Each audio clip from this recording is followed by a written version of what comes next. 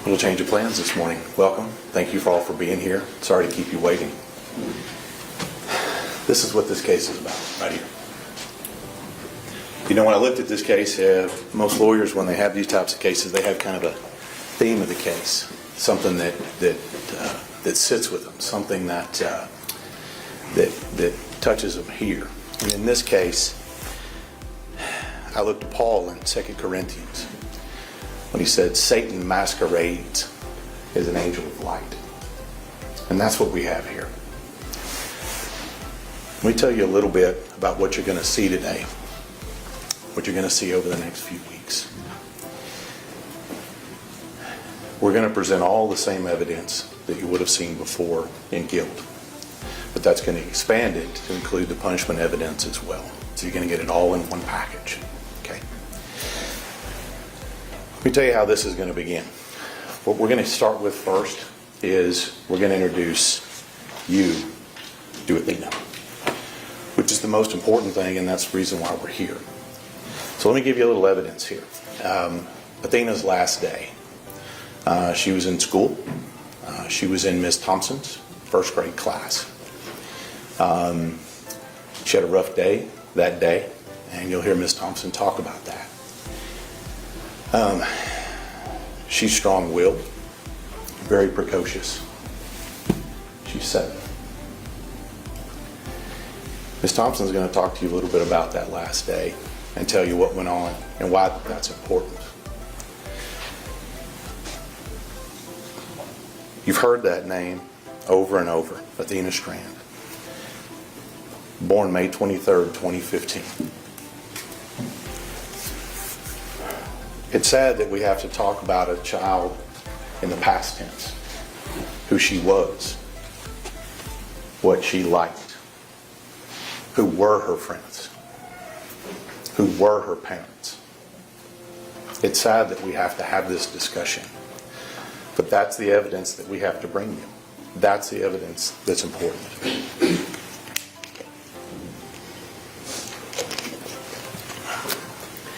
Now, in this particular case, I'll tell you a little bit about this picture. Athena had just gotten back from spending some time at her mom's house in Oklahoma. 4 days before she was murdered is when that picture was taken by her mother. Now, November 30th, 2022 is a Wednesday. Kids have just gotten back from Thanksgiving break. Any of y'all have ever been in school, you know that that's a bit of a chaotic time for a teacher. They just got back, and what are they looking forward to? Christmas, right? And who's arriving for Christmas? What I like to call the modern day Santa Claus. Amazon, right? FedEx, UPS, all of the people that we look forward to. And even us as adults. I know for me personally, I look forward to motorcycle parts. And I know my wife looks forward to things like essential oils and devotional books. I know those things. And like I said, that's why I refer to it as the modern day Santa Claus. And I was going to try to do this without my glasses, but it is not working. So here's the way this is going to happen. When Tanner Horner rolled up that day, he rolled up alone. He rolled up bringing what we thought would be joy and happiness and a package. And you're going to see the package, and you're going to see what he was bringing. Right here is where the tone of the entire case shifts, from ordinary delivery to alleged intent and escalation. In legal terms, the prosecution is beginning to frame mens rea, the mindset behind the act. But let me ask you this. At what point does a routine interaction become something far more sinister? Drop your thoughts below, because this moment is where everything starts to unravel. Why wouldn't Athena be happy to see the FedEx guy, right? He's got a Walmart box. Well, that's not what he brought that day. What you're going to see is that he brought violence, fear, and death. That's what he brought with him. He did not bring with him the joy and happiness that the delivery drivers normally bring. So first off, I want to apologize to y'all for what we're going to have to bring you. The evidence in this case is rough. It is not what I want to show anyone. but it's what's required. It's what's required to show you what he did. And I want to apologize to you now. We're going to do our very best to limit it, to provide you what you need. But I'm the kind of DA, I'm going to bring you all the evidence. Okay? And I feel like it's important you know the complete story. Now, we know a little bit now about Athena, and you're going to hear about her. What about Tanner Horner? Tanner Horner shows up, delivers a package, leaves with Athena. Now, I'm going to put you as close as you can be without actually being there that day. We have video of it, and we're going to show it to you. Now, you may be thinking, wow, maybe we have video of the whole thing. Nope. Somebody covered up the camera because they don't want you to see. Guess what? Audio is still running, and you're going to hear it. You're going to hear what a 250-pound man can do to a 67-pound child. And when I say it's horrible, I mean it. I've been doing this 25 years, and I promise you, buckle up. Now, the important part of this is, what's the truth? It's time to get to the truth. The only truthful thing that Tanner Horner told law enforcement was that he killed her. The pattern and web of lies that he put together, it's going to be hard for y'all to keep up with. Notice how the prosecutor emphasizes lies upon lies. This isn't just storytelling, it's strategic. In court, inconsistent statements can destroy credibility and strengthen the prosecution's case without needing direct evidence for every detail. But here's the question for you. Do repeated lies automatically prove intent, or could there ever be another explanation? Think about that as the narrative builds. It is lie upon lie upon lie upon lie. We have lies about what we did the day before. We have lies about what we did the day of. We have lies about where her body was. We have lies about whether or not she was clothed or not. We have lies and lies and lies. It is hard to keep up with. The only thing he told the truth about was he killed her. So you're going to hear multiple stories. None of them are true. What's the story that was told in the beginning? That he hit her with a truck. That he somehow freaked out because he thought he was going to lose his job or she was going to tell on him. He picked her up, still freaked out, and killed her. That is an absolute lie. There is no truth to that in any form or fashion. None. Zero, zip, not a nudge. No truth to that whatsoever. In fact, the first words out of Tanner Horner's mouth whenever the ranger first encountered him, when he first encountered him, the ranger says, "Is she alive?" And he says, "She wasn't alive when I put her in the truck." I'm going to tell you right now, you're going to see right up front here, she was very much alive and very much uninjured when he put her in the truck. Let me tell you something that stuck with me here, what you're going to hear when we get to that video. First thing Tanner Horner says to Athena when he picks her up and puts her in that truck, he leans down and he says, "Don't scream or I'll hurt you." He says that twice. You're going to hear it. We're going to put it on screen for you. That's the first thing out of his mouth. He made good on it. Now, where do we go from there? Now, you're going to be able to hear it all on audio. But I'm going to tell you right now, the one thing you're going to hear that is something that you can't unhear is the level of fight that a 7-year-old girl has when she's facing down certain death. We talk about warriors in America. I'll tell you, that little girl right there is a warrior. She fought with the strength of 100 men.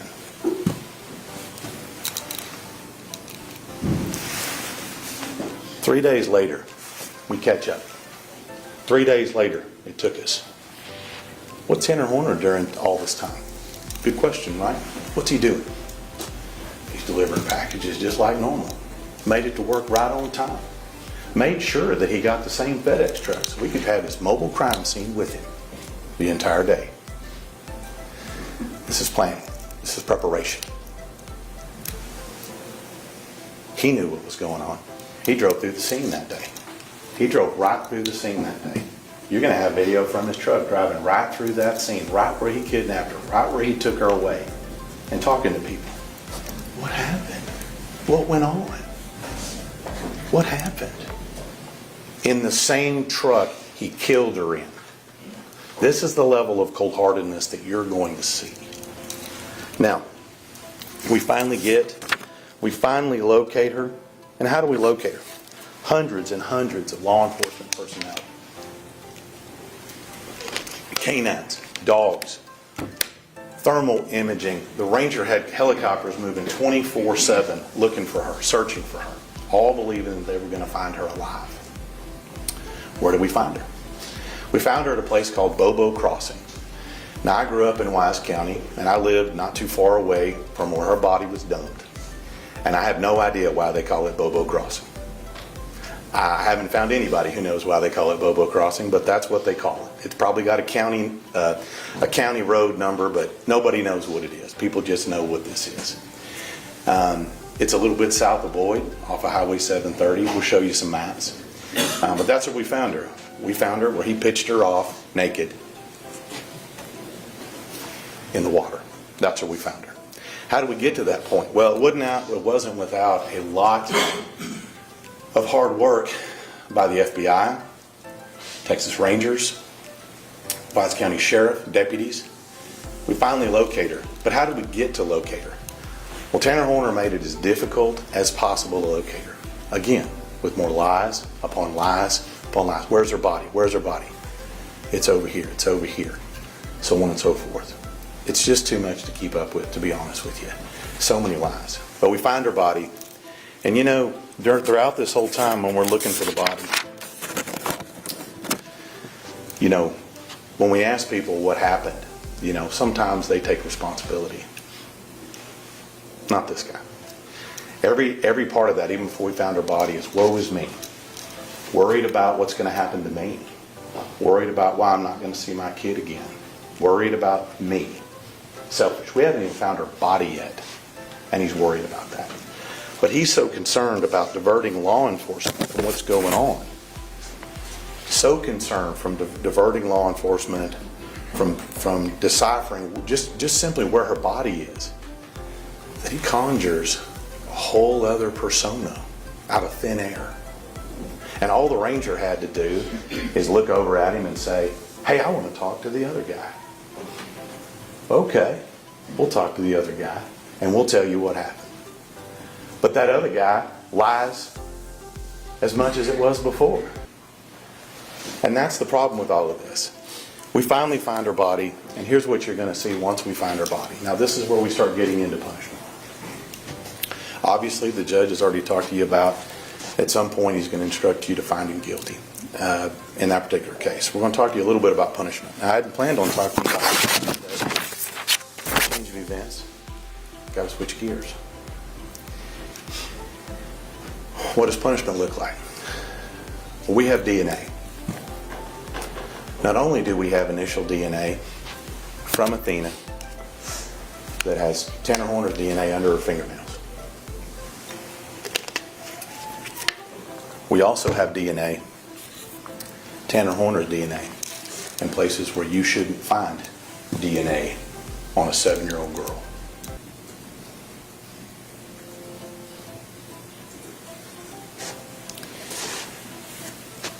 We're going to take you back in time. We're going to show you what Tanner Horner did to prepare for this. Covering up the camera, setting this up. And he was there 24 hours before on the same road at a different house with a different girl. It looks eerily similar to what you're going to see on Athena's video the night before. Again, preparation, planning. Okay? So This is one of the most critical turning points, where the case moves from what happened to what should the punishment be. And legally, this is huge. The jury isn't just evaluating facts anymore. They're weighing morality, future risk, and mitigation. So let me ask you, should someone's background or mental condition influence sentencing in a case like this, or should the outcome focus only on the crime itself? This is where opinions often divide. let's talk a little bit about what you may see in this particular case. We're going to show you the whole video, and we're going to show you how he did it, because I think that's important. It's an hour. It's not 5 minutes. It's an hour. And it's not just one time that he's trying to kill her. It's over and over and over again. You can hear the banging in the truck. You can hear the screams. This is what's coming. It didn't happen fast.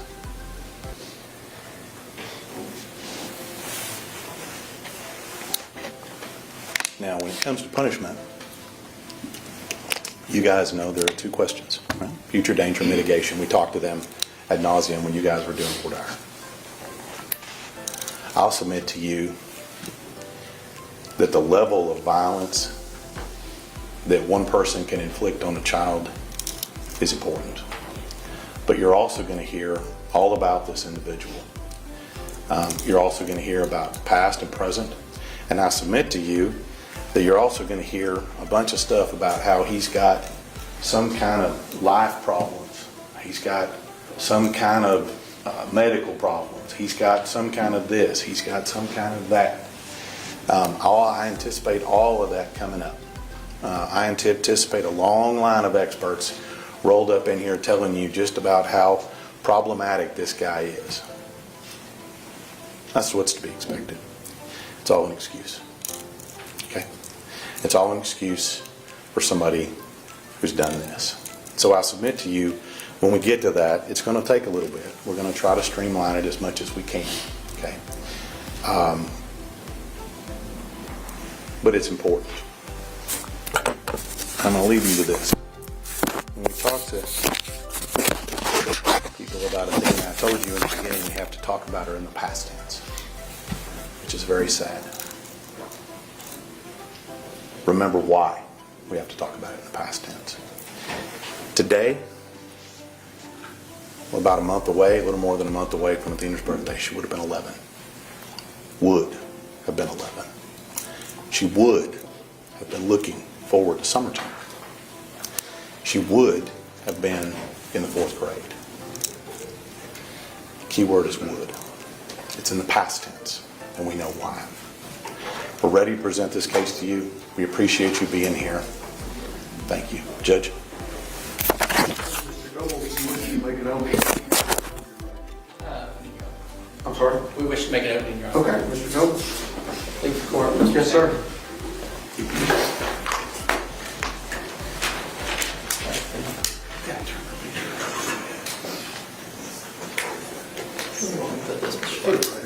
Sarah, you can leave it on the easel. There you go.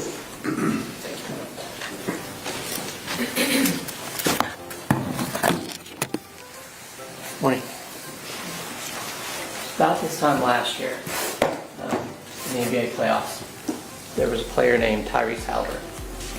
He played for the Indiana Pacers, and they were ranked like 4th in the East, something like that. But he led that team to the finals against the best team in the league, the Oklahoma City Thunder. He got him all the way to Game 7, but he was injured. Someone's physically injured, you can see it. You can see him limp. He had a calf injury.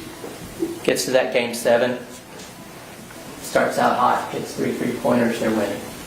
He's in the game, they're winning. He's out of the game, they're losing. And then his Achilles snaps. I don't know if you've seen that before, but that's a very visible injury. You can see that tendon go up under the skin. You can see him hit the ground, pound on it, pain and frustration, and you know he's done. Not playing anymore. When someone has a physical injury, we kind of understand. You're not going to run as fast if you're an amputee. You're not going to jump as high. We knew he was playing hurt. We still wanted to play through it. We still wanted him to win, right? Once that snaps, you know he's done. He's not going to play anymore. I'd like to say we understand. If you wanted him to win, you're still not happy about it. When someone's brain is what's injured, you don't see it. It's not visible at a glance. We don't treat it the same. We want people to push through it. We want them to be okay. We're talking about a developmental issue, talking about a mental illness, brain damage. Well, you should outgrow that. Everybody's fat sometimes. You got strength, just use your strength to make up for the deficit. A bone that's 99% unbroken is still a broken bone. It's not going to support the weight. It's not going to do its job.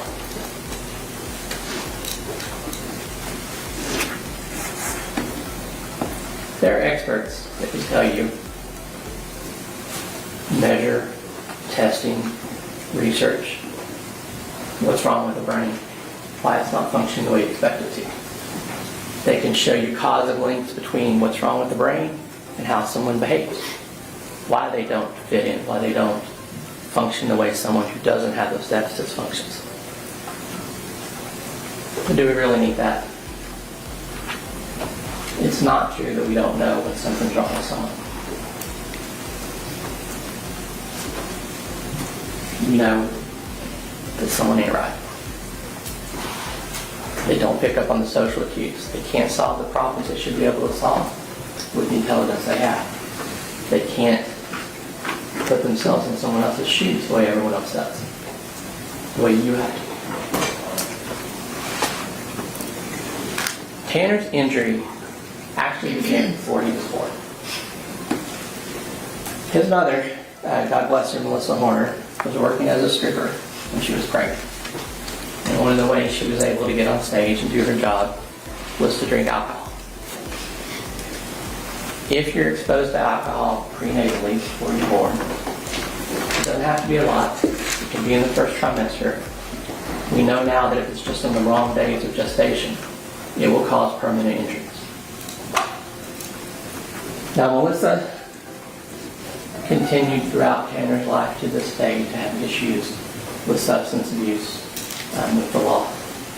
So she was not there for him a lot.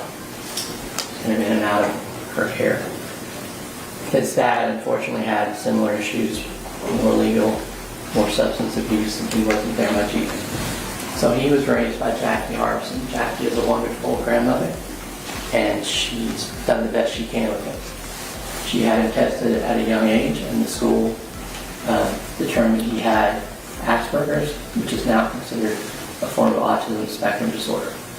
Now, autism ranges from there's some mild quirks, some social issues, things like that, all the way up to being unable to function. That's why they call it a spectrum. Tanner received services throughout his school life until he was 18. Autism is one of those things, though, that you're taught skills to deal with. It doesn't go away. It's not something you outgrow. A lot of people, as they get to adulthood, have learned skills and are able to cope.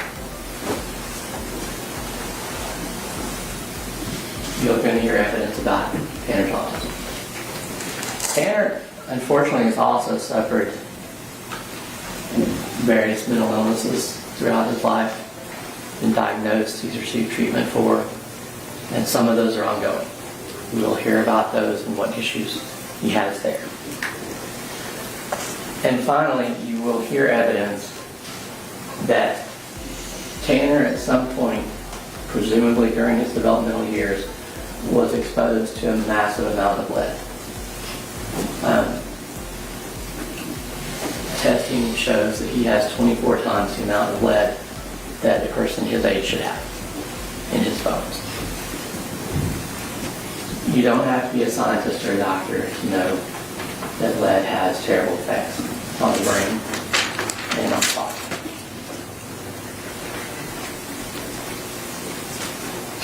Why does this matter?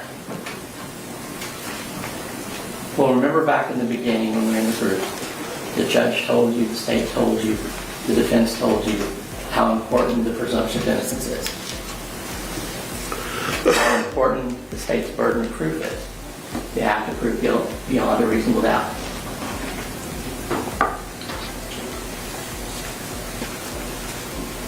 Tanner has done what he can today by pleading guilty, accepting that he's going to spend the rest of his life in prison. Now, I understand I have a different perspective on this because I've represented a lot of defendants who won't do that. The evidence is overwhelming. The state said it's terrible. I hate that we all have to sit through it together. But all across America today, there are defendants that are relying on that presumption of innocence and that burden of proof in their cases to try to get a non-guilty verdict, no matter how the evidence is stacked against them. You even heard in that group 40 years that we did, that the state suggested we might try to get a non-capital verdict in this case, unless we included defense. We're not doing any of that. So where does that leave you? We've already talked about it. That's why we spent the time in individual board hour going over everything. You've taken that oath now, that second oath we talked about, to follow the law. And the law in Texas never requires a death penalty. The law in Texas is always satisfied with life without parole. Objection, argument, Your Honor. Overruled. Life without parole is a terrible punishment. You are being asked to use your personal moral judgment to apply that special issue number 1 to the evidence that you do here. It's going to take a while. It'll be from both sides.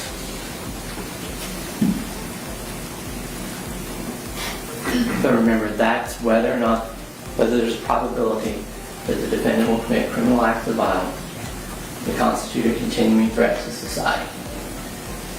We believe when you've heard the evidence, you'll realize that the type of damage that Tanner had to his brain actually makes him a good candidate for structure and rules. It's probably what he's always needed. And when he goes to prison, he will be under threat. He will not be the one threatening you. If you find beyond a reasonable doubt that he is a continuing threat to society, then you'll use your personal moral judgment to consider that second question. Whether or not there's a sufficient mitigating circumstance or circumstances to warrant a life sentence instead of a death sentence. We've talked about that already too. What is a sufficient mitigating circumstance from the evidence? It's whatever you find sufficient to justify a life sentence. Remember, you don't have to agree on why he isn't a continuing threat to society, and you don't have to agree on what a mitigating circumstance is.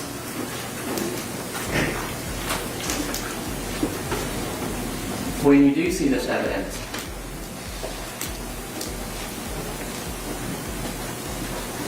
the break is obvious. The only way to ignore that damage came, or that break came from the damage that was already there, is just like with Halliburton. If you ignore that his calf was already injured, that's how an Achilles tendon snaps. We still expected him to push through and win. We still expected Tanner to push through and be a father and be a productive citizen and be all the things that we wanted him to be. But he just didn't do it.